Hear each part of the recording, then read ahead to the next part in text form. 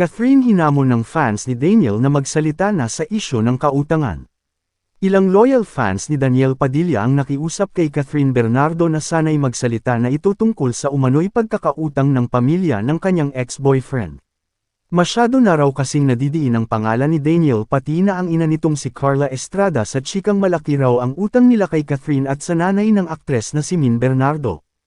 Ang hiling ng supporters ni DJ, kung talagang walang utang ang aktor ay linawin ni Kath at ipaalam sa publiko na hindi totoo ang mga naglalabasang balita sa social media.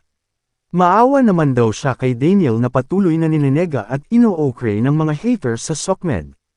Ito'y matapos ding ibalita ng online host na si Jobert Sukol dito sa kanilang showbiz-oriented vlog na, Oras ng Opinyon, Talakayan, at Diskusyon, o OOTD ang tungkol sa kautangan daw ni Daniel sa pamilya ni Catherine. Ayon kay Papa Jobert, isang common friend daw nina Catherine at Daniel Padilla ang nagpadala ng mensahe na nagsabing walang bahid ng katotohanan ang naturang issue. Narito ang mensaheng ipinadala sa veteran showbiz columnist, isang pagtutuwid sa mga maling balita na nangangailangang itama. Una, walang utang. Hindi kailanman nagkaroon ng pagkakautang sa personal ng milyon o kahit piso si Miss Carla Estrada kay Min Bernardo at kay Miss Catherine mismo.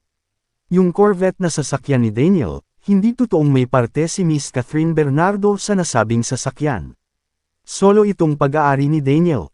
Lahat po ng sasakyan ni Daniel ay sarili niyang pera ang ipinambili, ang pahayag ng common friend daw ng Kathniel.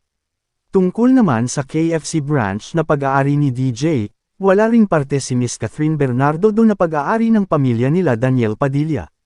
Yung bahay, mahigit isang taon na nang mapagdesisyonan na ibenta ang bahay ni Miss Carla Estrada dahil nais na niyang lumipat sa South area. Iba ito sa bahay ni Daniel na katabi ni Miss Carla, ang sabi pa. Nitong mga nagdaang araw, na headline nga ang pagbebenta ni Daniel ng kanyang luxury car na pag-aari raw nilang dalawa ni Kath.